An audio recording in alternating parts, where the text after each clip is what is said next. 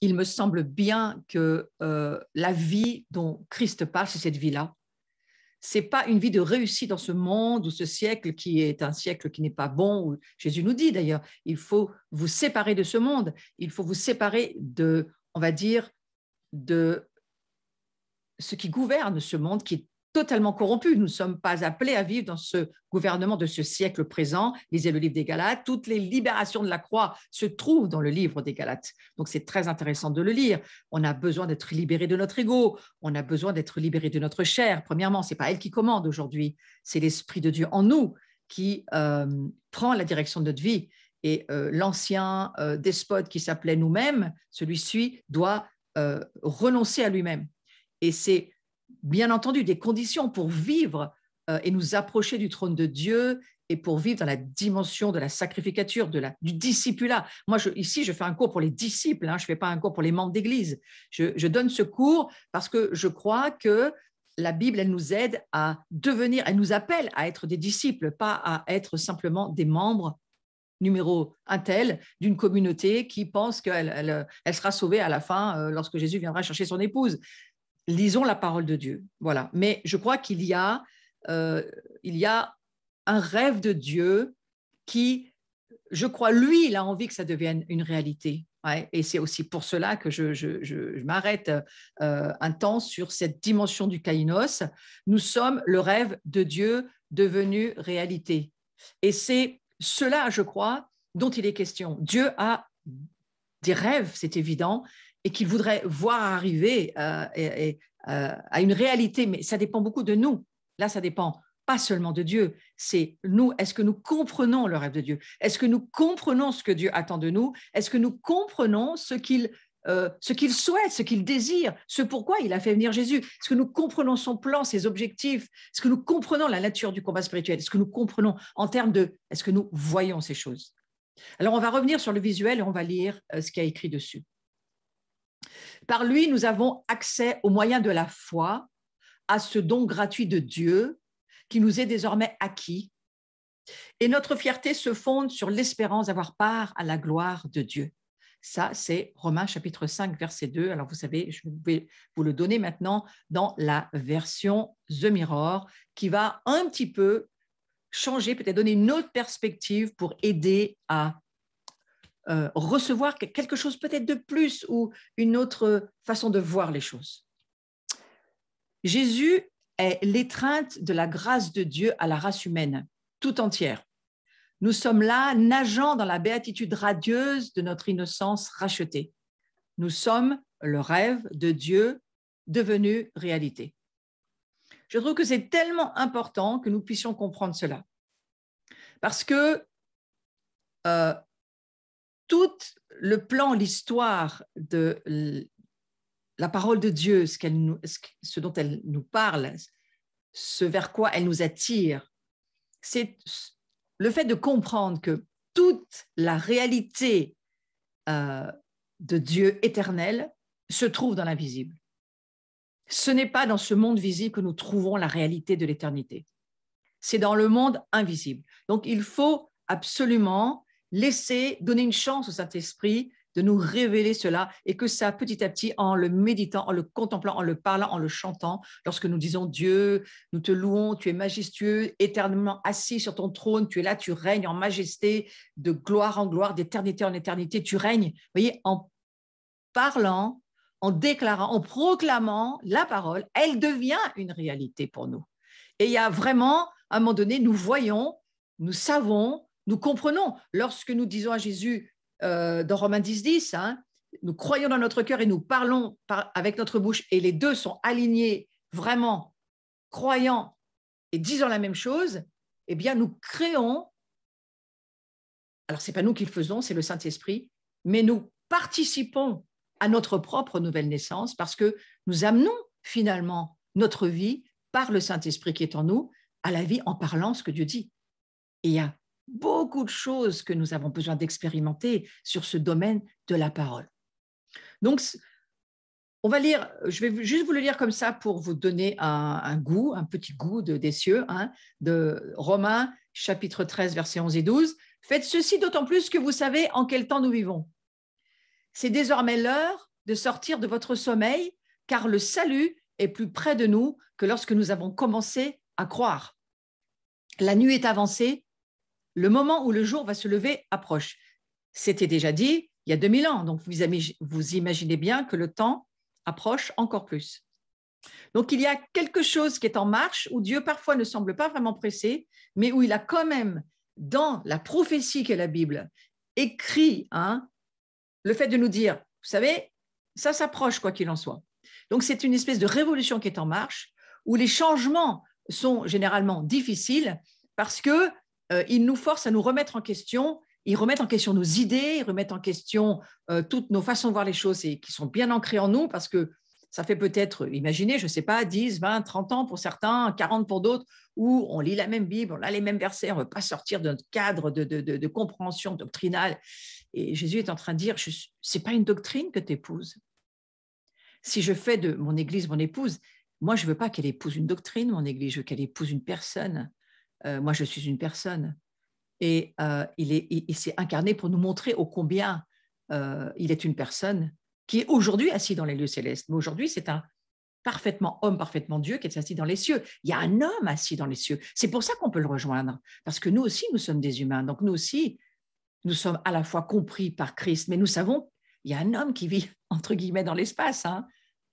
Thomas Pesquet, il est redescendu, mais nous, on peut y rester tout le temps là-haut. Donc, voilà, il y a un vrai monde, il y a des vraies réalités qui sont éternelles, et c'est à nous d'aller, de nous approcher. Approchez-vous donc du trône de la grâce. Si nous nous approchons de Dieu, il s'approche de nous. Ça aussi, c'est écrit dans l'Écriture. C'est un verset d'ailleurs que j'ai lu ce matin. Donc, pour suivre Jésus dans de nouveaux territoires, des territoires inexplorés, eh bien, il faut avoir envie d'accueillir l'inconnu et peut-être même l'impensable, parce qu'il y a des choses qui pour nous, c'est impensable à notre niveau humain, mais nous ne sommes pas seulement des humains. Nous sommes des êtres spirituels qui avons une capacité à entrer dans le spirituel, à vivre du spirituel, à être spirituel. On n'a pas un peu de spirituel, on est des êtres spirituels. Et dans la nouvelle identité que le Père crée pour nous au travers de Jésus, ce que Jésus est venu vivre dans son incarnation devrait être pour nous notre modèle, notre souhait, notre désir. Alors, pas de copier tout ce qu'il a fait, mais de vivre en marchant par l'esprit. Jésus va très bien l'expliquer. Puis, alors vraiment, allez sur ma chaîne YouTube, là, vous avez un paquet de cours, comment marcher par l'esprit, apprendre à vivre, à marcher par le Saint-Esprit, entendre la voix du Saint-Esprit, comment ça fonctionne, tout le combat entre nos deux oreilles, le combat des pensées, comment est-ce que ça fonctionne pour pouvoir vraiment entendre Dieu. Mais tout ça, pourquoi faire? Pour être des hommes et des femmes spirituels, pas pour vivre comme ce monde, parce que ce monde vit comme l'homme animal. Il vit au niveau de son âme, de sa personnalité. Alors, c'est l'âme qui commande, c'est tout le côté humain qui fonctionne. L'humanisme, c'est, voilà, on va dire, c'est l'homme fort au-dessus de tout ça, mais ce n'est pas ce dont il s'agit dans l'Écriture pour la nouvelle race que nous sommes. La race Kainos, la race que Jésus vient incarner, montrer le chemin, dire « je suis une porte, passez par moi », c'est la parole. Vous ne pouvez pas entrer dans cette dimension sans manger, goûter. Alors, on a entendu toute notre vie lire la parole, mais ce n'est pas seulement lire la parole, c'est vivre la parole, la vivre, la pratiquer. Si un psaume vous dit « levez les mains », mais levez vos mains en vrai. Moi, pendant des années, je me suis vraiment attelée à chaque fois que je chantais un chant, que je lisais quelque chose, je me disais toujours « il faut le faire » parce qu'on devient des vrais menteurs. On dit qu'on se met à genoux, on n'est jamais à genoux. On dit qu'on lève les mains, on ne lève jamais les mains. En fait, on vit tout dans notre tête et à un moment donné, ça nous perd. Donc, moi, je vous propose, quand vous lisez quelque chose, pratiquez-le, faites-le parce que ça aide pour grandir. Voilà. Mais je crois qu'il y a certaines manifestations de Jésus, si on commence à les lire d'une manière spirituelle, ben, ce n'est pas pensable pour nous les humains, hommes animal, hommes naturels, même charnels, c'est impossible, on n'y croit pas et on devient religieux parce qu'on n'y croit pas finalement. Alors que l'homme spirituel qui, lui, se dit Jésus est une porte, mais c'est une porte qui me permet de vivre dans les lieux célestes et de réellement rencontrer ce qui se passe dans les cieux et de vraiment commencer à expérimenter la liberté, la grâce, la gloire, la foi, ce monde de Dieu eh bien, ça va changer beaucoup de choses si nous disons oui tout simplement à on va dire, ce rêve de Dieu, mais qui est une réalité hein, pour ceux qui veulent bien y rentrer. Donc, on pourrait dire qu'on va faire comme Jésus et plus. Hein. Et j'aime bien, je vais vous lire ce qu'a écrit Rick Joyner. J'ai bien apprécié ce qu'il a écrit, alors je l'ai repris pour nous dans ce cours. Alors ça c'est ce que je viens de vous dire. Hein. Pour suivre Jésus dans de nouveaux territoires inexplorés, il est besoin d'accueillir l'inconnu, l'impensable. Ça c'est très important. Décidez ce soir d'accueillir l'inconnu, l'impensable. La chose que ça va peut-être vous faire péter un câble, mais c'est pas grave. Hein, il faut peut-être laisser le câble lâcher pour que vous puissiez passer la porte. Parce que je crois que Jésus arrêtait pas de dire aux disciples, arrêtez d'avoir peur, ne craignez pas, parce qu'en fait, ils avaient peur de ce qu'ils voyaient de Jésus. Ils voyaient bien que c'était pas du tout un homme normal, mais nous ne sommes pas des hommes normaux, puisque nous sommes comme Jésus. Il faut commencer à nous dire, nous ne sommes pas des gens normaux. Il faut accepter cette différence et prier jusqu'à ce que quelque chose en nous soit accordé, de rentrer dans le domaine spirituel. Donc voilà ce que Rick Joyner a dit, je vous le lis. À l'approche de la fin de cette ère, nous allons découvrir que le conflit entre la lumière et les ténèbres va devenir de plus en plus surnaturel. Le temps où l'on pouvait rester neutre au sujet du surnaturel appartient au passé. Et il y a dans le monde prophétique et apostolique, on est tous tout à fait convaincus que nous ne gagnerons pas la guerre qui nous fait face, ni par nos forces, ni par nos moyens, ni par nos histoires humaines, mais nous les gagnerons par la puissance du surnaturel, de Christ en nous, du Saint-Esprit en nous, de la mesure de surnaturel que nous arrivons à vivre, parce que Dieu nous attend derrière la porte, là où il se trouve. Et je crois qu'il faut aspirer à une plénitude maximum de ce monde surnaturel qui nous est offert, qui nous est proposé. La croix, c'est pas seulement pour le pardon des péchés. La croix, Jésus est venu pour dire « Je veux vous délivrer ». Délivrer de quoi? De notre humanité limitée. Nous délivrer de nous-mêmes, dans notre rationalisme, notre façon de voir les choses humaines, où l'âme a pris le contrôle. Jésus dira « Marchez par l'esprit et vous accomplirez pas les désirs de la chair ». Donc, marcher par l'esprit, ça veut dire que ce n'est plus vous qui marchez, c'est l'Esprit de Dieu en vous. Mais si l'Esprit de Dieu est en vous, comment est-ce que vous allez commencer à vivre? Certainement pas comme le monde. Sauf qu'on ne peut pas vivre un pied dans le monde, un pied dans le royaume de Dieu. Donc, il y a un appel de Dieu à la séparation, non pas du ciel et de la terre, là, mais de ce monde et de son royaume. Il nous a transportés du royaume des ténèbres dans le royaume de la lumière. Transportés, télétransportés. Il nous amène, il nous fait vivre une téléportation, une transportation spirituelle. Que vous le croyez ou non, quand vous êtes né à nouveau, vous n'êtes plus de cette terre. Vous êtes d'en haut. Mais alors, si vous êtes d'en haut, il faut commencer à désirer connaître votre maison en haut, les anges, le monde de Dieu, les demeures de Dieu, comment ça fonctionne. Je crois qu'il nous y appelle. Je ne crois pas que c'est à nous de décider. Nous prions pour que Dieu nous y emmène, nous l'adorons, et lorsqu'il ouvre une porte, nous la passons. C'est Dieu qui décide et dirige notre vie. Ce n'est pas nous qui allons avec une baguette magique comme Cendrillon transformer les choses, parce que ça, ce serait vraiment de la sorcellerie. Ce n'est pas ce à quoi nous sommes appelés, mais nous sommes appelés réellement à aspirer à la prophétie, aspirer à ce qui vient de Dieu, aspirer à ce monde des cieux d'où nous sommes nés. Et c'est exactement comme un poisson, il est fait pour vivre dans l'eau. Hein. Les humains, nous, on est fait pour vivre sur la terre avec l'oxygène, mais les êtres spirituels, on est fait pour vivre dans les lieux célestes. On est fait pour vivre au contact de ces lieux où Dieu se trouve et où il nous attend. C'est pour ça qu'il nous dit « Approchez-vous du trône de la grâce ». Ce n'est pas seulement pour que nos péchés soient pardonnés, parce qu'il y a un règne qui nous attend, un règne à la manière de Dieu. Et vous savez, parfois, la puissance que Dieu veut nous offrir, eh bien, c'est juste pour pouvoir pardonner à quelqu'un, parce que dans votre humanité, vous ne pourriez pas. Mais parce que Christ a envoyé le Saint-Esprit en nous, si nous décidons, nous régnons par nos décisions, la puissance de Dieu amène la puissance du pardon en nous et les démons de manque de pardon sont chassés. C'est toujours du miracle lorsque les démons sont chassés de nos vies. Vous savez, on a un grand, grand combat spirituel aujourd'hui. J'aimerais juste vous rappeler que pour vivre dans cette dimension du surnaturel, il faut pratiquer l'autodélivrance tous les jours. Et il y a des domaines où il faut faire des percées, où il faut se battre, où il faut décider que ce n'est pas ce monde qui va nous dire ce qu'on a à faire, mais c'est Dieu qui doit nous dire ce qu'on a à faire. Et je ne vous dis pas qu'on ne doit pas se discipliner et se soumettre aux lois gouvernementales. Si certains commençaient à partir dans certaines actualités, ce n'est pas là où je voulais aller, mais elles me viennent à l'idée. Alors je vous le dis, bien sûr que nous devons être disciplinés.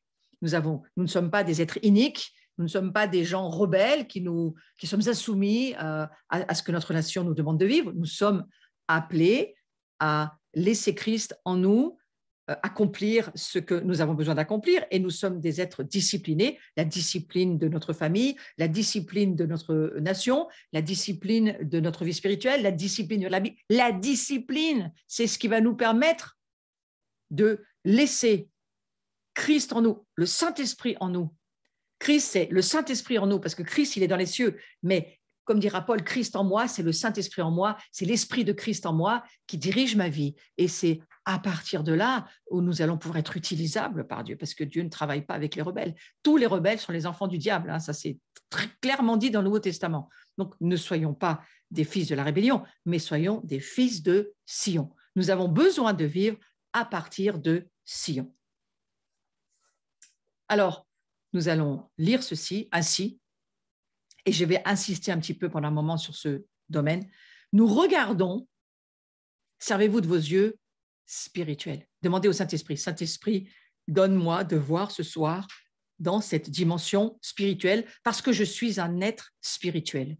Je ne suis pas seulement un être charnel, je suis un être spirituel. Je suis né de ton Esprit Saint, je suis né doué d'esprit. Donc maintenant, regardons, non pas à ce qui est visible, mais à ce qui est invisible, car les réalités visibles sont passagères et les invisibles sont éternelles. Vous savez, quand vous avez une vision, que Dieu vous montre vraiment quelque chose, moi j'ai des visions que j'ai reçues dans ma vie, un certain nombre, je n'ai pas, pour la plupart, pas besoin de les noter, parce que je m'en souviens. Elles sont tatouées dans ma pensée spirituelle, on pourrait dire ça comme ça, et je m'en souviens, et je ne les oublie pas, parce que ça fait partie de l'éternité des choses dont on se souvient.